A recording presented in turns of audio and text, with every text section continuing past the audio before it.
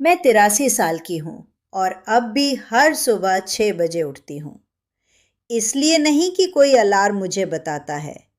मैंने अपनी अलार्म घड़ी 1989 में फेंक दी थी और मैंने कभी एक बार भी इसे मिस नहीं किया। मैं इसलिए उठती हूँ क्योंकि मेरा शरीर जानता है 60 कुछ साल 6 बजे उठने ने मेरे अंदर कुछ ऐसा तार जोड़ दिया है जिसे कितनी भी गठिया या उम्र फिर से तार नहीं जोड़ पाई है। 6 बजे आंखें खुली, मेरे ऊपर वही छत, प्लास्टर में वही दरार जिसे मैं तब से देख रही हूँ जब से मेरे आधे बच्चे बाहर जाने से पहले थे। लोग सोचते हैं कि मैं जब उठती हूँ तो कुछ असाधारण करती हूँ। वे भोर में योग या पीढ़ियों से चली आ रही कोई प्राचीन रहस्य की कल्पना करते हैं। सच्चाई बहुत कम रोमांटिक और बहुत अधिक ईमानदार है। मैं हर सुबह उठती हूँ और मैं गायब ना होने का चुनाव करती हूँ। यही पूरा रहस्य है, बस इतना ही। मैं हर एक दिन अभी भी यहाँ होने का चुनाव करती हूँ, शब्द के पूर्णतम अर्थ में।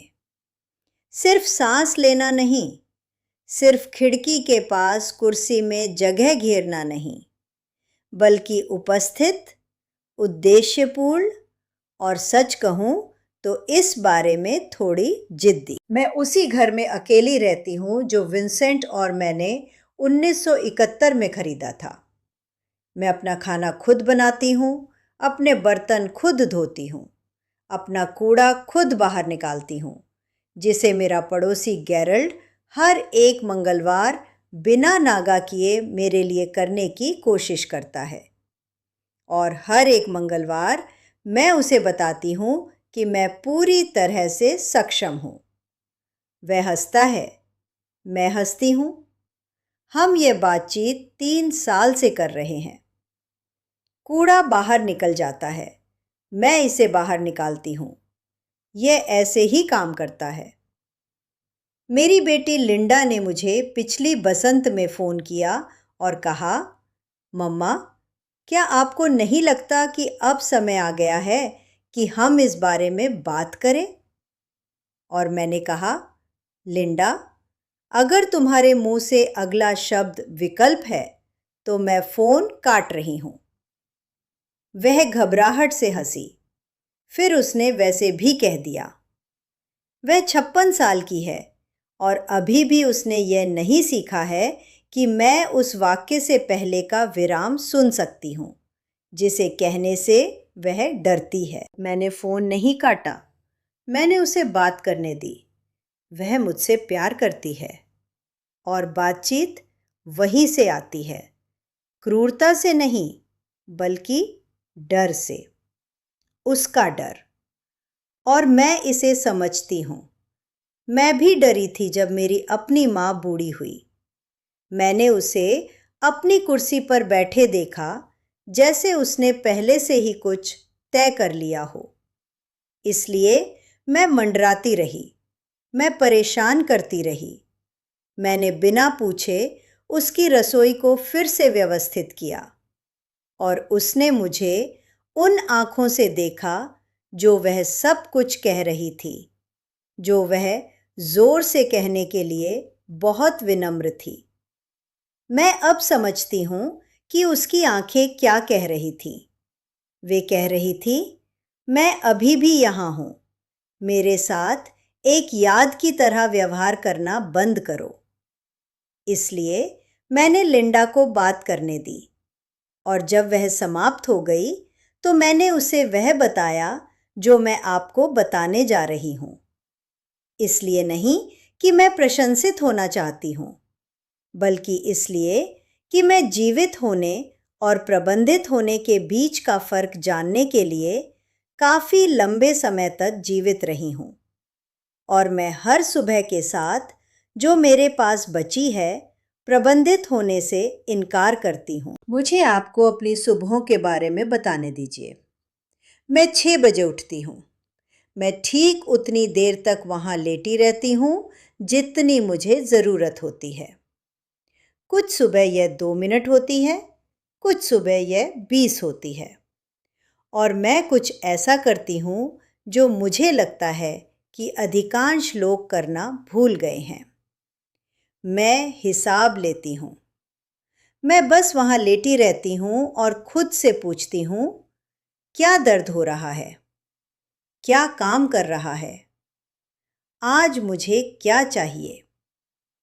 मैं अपने शरीर के साथ उसी तरह जांच करती हूँ जैसे आप किसी ऐसे व्यक्ति के साथ जांच करते हैं जिससे आप प्यार करते हैं, जो बहुत कुछ झेल चुका है। ईमानदारी से, बिना नाटक के।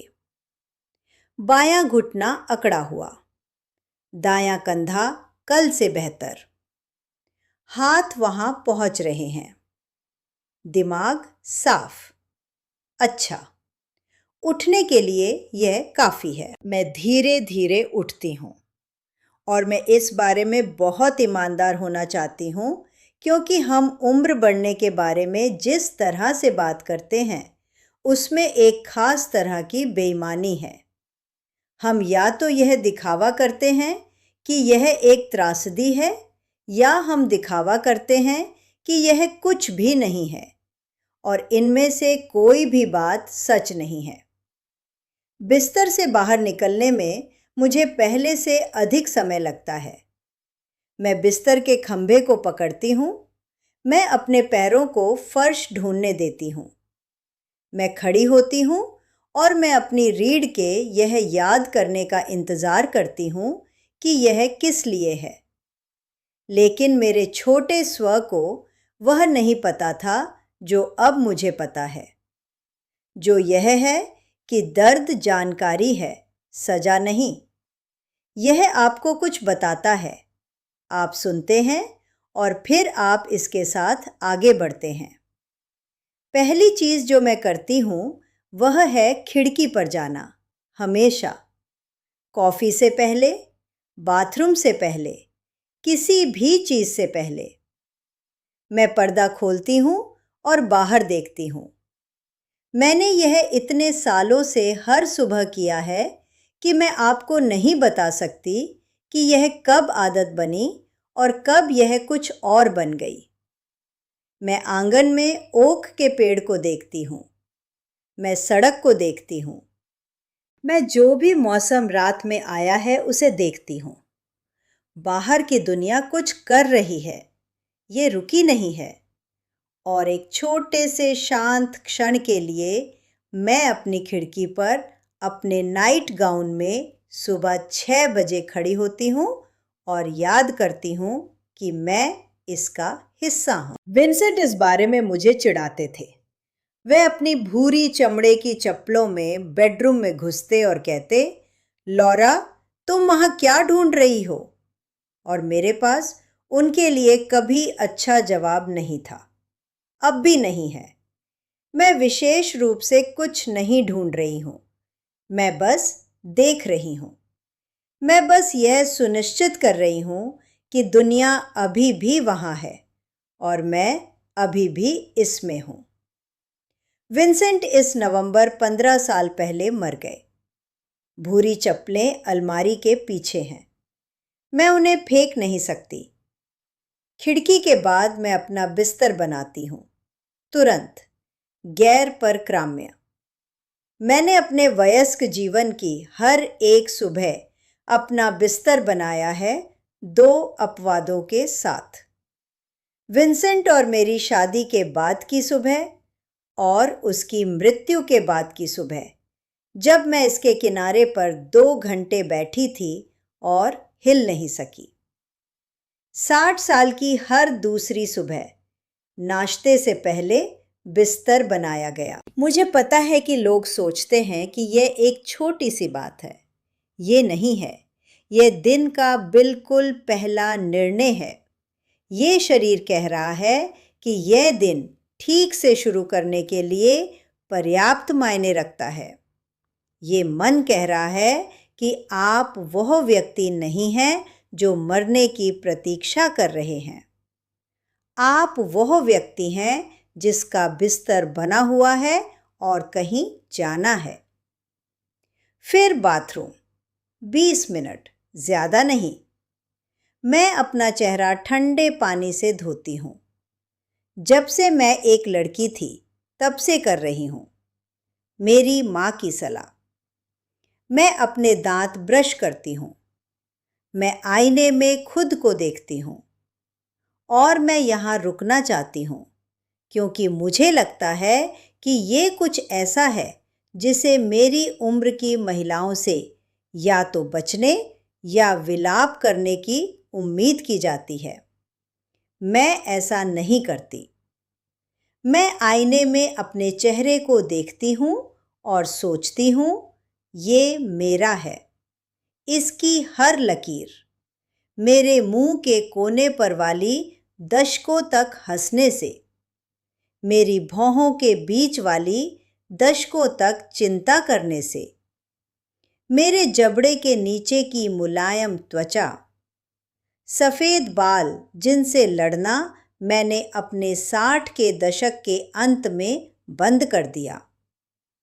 इस चेहरे ने बहुत अधिक जीवन जिया है। मैं इस बात के लिए माफ़ी नहीं मांगने जा रही हूँ कि ये कैसा दिखता है। मैं ठीक से कपड़े पहनती हूँ। ये वो है जो लोगों को सबसे ज़्यादा आश्चर्यचकित करता है। हर दिन मैं ऐसे कपड़े पहनती हूँ जैसे मैं कहीं जा रही हूँ, क्योंकि मैं जा रही हूँ। मैं दिन के माध्यम से जा रही हूँ। ये मायने रखता है। मैं असली कपड़े पहनती हूँ, हाउस कोट नहीं, पूरे दिन पजामा नहीं। मैं स्लैक्स और ब्लाउज या स्वेटर पहनती हूँ। मैं अपने बाल करती हूँ। मैं थोड़ी सी लिपस्टिक लगाती हूँ जो मैं 16 साल की उम्र से कर रही हूँ, जो मेरी माँ 80 साल की होने तक करती थी और जो मैं तब तक करने का इरादा रखती हूँ जब तक मैं टोपी को संभाल नहीं पाती। जब मैं सुबह लिपस्टिक लगाती हूँ तो मैं एक घोषणा कर रही होती हूँ। मैं कह रही होती हूँ कि मैं एक महिला हूँ, मैं यहाँ हूँ और मैं ध्यान दे रही हूँ। नाश्ता, मैं हर सुबह अपना खुद बनाती हूँ। अधिकतर दिन दलिया, कुछ सुबह अंडे, कुछ सुबह मुरब्बे के साथ टोस्ट, संतरे का मुरब्बा, मोटे छिलके वाली किस्म। मैं अपनी रसोई की मेज़ पर खाती हूँ, सिंक के ऊपर खड़े होकर नहीं, टेलीविज़न के सामने नहीं। मैं बैठती हूँ, मैं धीरे धीरे खाती हूँ, मैं अपने भोजन का स्वाद लेती हूँ। यह कुछ भी नहीं जैसा लगता है, यह सब कुछ है। और देखिए, एक तरह का मिटाना है जो बुरे लोगों के साथ होता है, जिसके बारे में कोई सीधे बात नहीं करता। आप डिग्री से अदृश्य हो जाते हैं। पहले दुनिया आपको देखना बंद कर देती है, फिर आपका अपना परिवार आपके बारे में तीसरे व्यक्ति में बात करना शुरू कर देता है, जबकि आप कमरे में होते हैं। फिर अगर आप सावधान नहीं हैं तो आप खुद से भी गायब होना शुरू कर देते हैं, अपने दिनों के माध्यम से अपने ही घर में एक भूत की तरह आगे बढ़ते हुए। मैंने ऐसा होते देखा है उन महिलाओं के साथ जिन्हें मैं प्यार करती थी। मैंने ये अपनी दोस्त एलिनोर के साथ होते देखा, जो अब तक की सबसे जीवंत व्यक्ति थी जिसे मैंने जाना है। और मैंने उसे उसके जीवन के अंतिम 5 वर्षों में बस मध्यम होते देखा, धीमी डिमर स्विच पर एक दीपक की तरह। वह किसी विशेष चीज से नहीं मरी, वह बस छोटी और छोटी होती गई जब तक एक सुबह वह वहां नहीं रही। वह 79 साल की थी। वह और सुबहों की हकदार थी। मैं उसे हर सुबह अपने दिमाग में रखती हूँ। मैं उसे अपने दिमाग में रखती हूँ जब मैं थकी होती हूँ, या जब मेरा घुटना खराब होता है, या जब लिंडा अपनी आवाज़ में उस विशेष स्वर के साथ फ़ोन करती है। मैं एलिनोर के बारे में सोचती हूँ और मैं उठ जाती हूँ। नाश्ते के बाद मैं अपनी कसरतें करती हूँ और मैं बहुत स्पष्ट होना चाहती हूँ कि ये एक महिला की कसरतें नहीं हैं जो 40 की दिखने की कोशिश कर रही है। मैं स्पोर्ट्स ब्रा में स्क्वाट नहीं कर रही हूँ। मैं जो करती हूँ वह ये है, मैं अपनी रसोई में खड़ी होती हूँ और मैं कोमल गतिविधियों की एक श्रृंखला करती हूँ। मैं अपनी बाहों को सिर के ऊपर खींचती हूँ, धीरे धीरे, सावधानीपूर्वक। मैं अपनी टखनों को एक एक करके घुमाती हूँ, जैसे उन्होंने मुझे गिरने के बाद सिखाया था। हाँ, मैं गिरी थी 7 साल पहले ड्राइववे में। बर्फ जो मैंने नहीं देखी थी। मैं तेजी से और जोर से नीचे गिर गई। मैंने कुछ नहीं तोड़ा, जिसने मुझे सहित सभी को आश्चर्यचकित किया। मैं उठी, अंदर गई, अपने कूल्हे पर बर्फ रखी और अपने डॉक्टर को फ़ोन किया। इसी क्रम में, लेकिन मैं अब बर्फ को हल्के में नहीं लेती और मैं अपनी कसरतें करती हूँ। पूरी चीज़ शायद 15 मिनट लेती है। यह प्रभावशाली नहीं है, लेकिन यह वह कारण है कि मैं अभी भी अपनी सड़क के अंत तक चल सकती हूँ और वापस आ सकती हूँ। यह वह कारण है कि मैं अभी भी अपनी खुद की सीढ़ियाँ चढ़ सकती हूँ। यह वह कारण है कि जब गैरल्ड मेरा कूड़ा बाहर निकालने की पेशकश करता है, तो मैं ईमानदारी से उसे बता सकती हूँ कि मुझे उसकी ज़रूरत नहीं है। फिर मैं बाहर जाती हूँ और यह बात है, मुझे पता है कि लोग क्या सोचते हैं।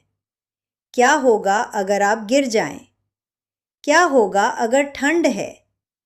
क्या होगा, क्या होगा, क्या होगा? और मैं चिंता के नीचे के प्यार को समझती हूँ। मैं इसे पूरी तरह से समझती हूँ और फिर भी मैं इसे अस्वीकार करती हूँ। मैं हर सुबह बाहर जाती हूँ, बारिश हो या धूप, उचित सीमा के भीतर। मैं आंधी में नहीं चल रही हूँ। मैं 83 साल की हूँ, लापरवाह नहीं। लेकिन हर सुबह जब ये संभव होता है तो मैं अपना कोट पहनती हूँ, मैं अपने जूते बांधती हूँ और मैं चलती हूँ। ज़्यादा दूर नहीं, प्रिमरोज़ एवेन्यू के अंत तक और वापस, जो लगभग आधा मील है। कभी कभी मैं रुकती हूँ और लोगों से बात करती हूँ, कभी कभी नहीं करती।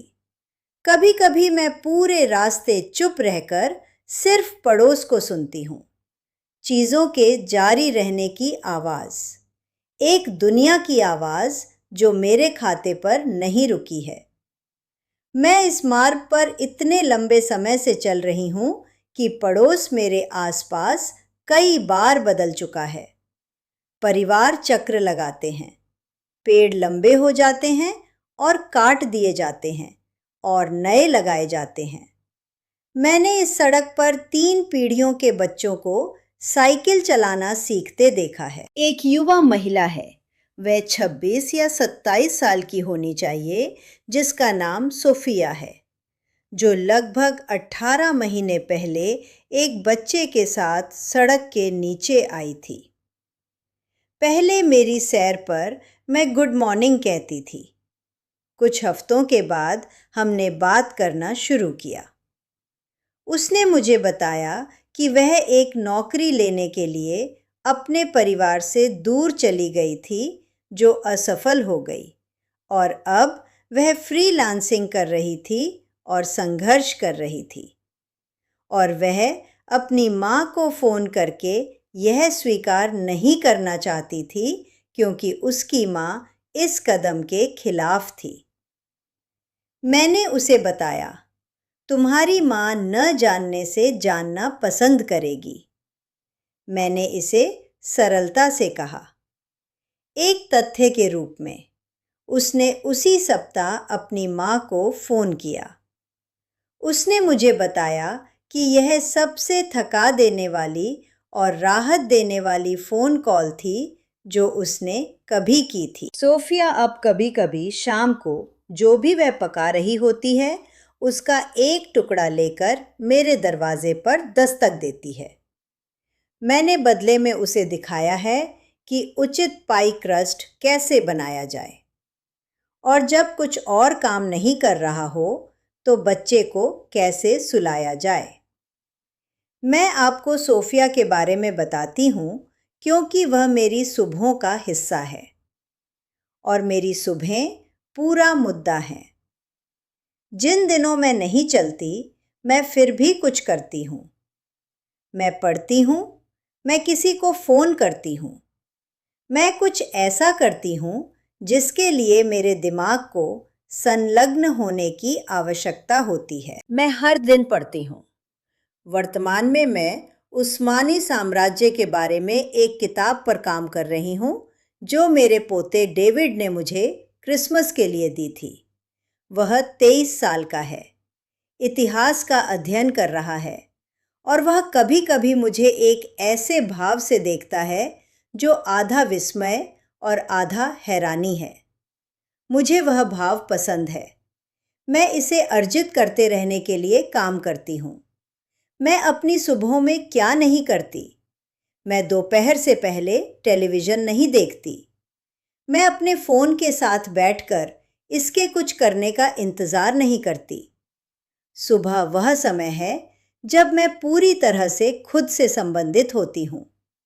एक पति और बच्चों और माता-पिता और नौकरियों और अपेक्षाओं से संबंधित 83 साल के बाद सुबह मेरी है। मैं इसकी रक्षा अपनी हर चीज़ से करती हूँ। मुझे आपको आगे बढ़ने से पहले कुछ समझने की ज़रूरत है। एक दिन आएगा जब मैं यह सब नहीं कर पाऊंगी, जब सैर छोटी हो जाएगी, जब खाना पकाना कठिन हो जाएगा। मुझे यह पता है। मैं इसे दूर दिखावा नहीं कर रही हूँ। मैं जो कह रही हूँ वह ये है कि वह दिन आज नहीं है। और हर सुबह मेरा पूरा प्रयास यह सुनिश्चित करना है कि जब वह दिन आए तो वह यथासंभव देर से आए। और क्योंकि मेरे शरीर ने इसे तय किया है, इसलिए नहीं कि मेरे बच्चे डर गए और मेरे लिए इसे तय कर लिया। ज़रूरत और धारणा के बीच एक अंतर है। मेरा परिवार मुझसे प्यार करता है और कभी-कभी वे मान लेते हैं कि मुझे उन चीज़ों की ज़रूरत है जिनकी मुझे अभी ज़रूरत नहीं है। मैं इसके खिलाफ पीछे धकेलती हूँ, धीरे से लेकिन दृढ़ता से, क्योंकि मैं जानती हूँ कि एक व्यक्ति के साथ क्या होता है जो खुद के लिए चीज़ें करने का मौका दिया जाना बंद कर देता है। आप क्षमता खो देते हैं, धीरे धीरे नहीं, आपकी सोच से तेज। शरीर और मन वे चीज़ें नहीं हैं जिन्हें आप दूर रखते हैं, वे वो चीज़ें हैं जिनका आप उपयोग करते हैं। हर दिन जब आप उनका उपयोग करते हैं तो आप उन्हें रखते हैं। हर दिन जब कोई और आपके लिए उनका उपयोग करता है तो आप उनमें से थोड़ा और खो देते हैं। मेरी पड़ोसी डोरोथी कहती है कि उम्र बढ़ने का रहस्य चीज़ों को चाहना कभी बंद ना करना है। ज़रूरी नहीं कि बड़ी चीज़ें, बस चीज़ें। एक किताब जो आपने अभी तक नहीं पढ़ी है, एक नुस्खा जो आपने कोशिश नहीं की है, एक सवाल जिसका आपने जवाब नहीं दिया है।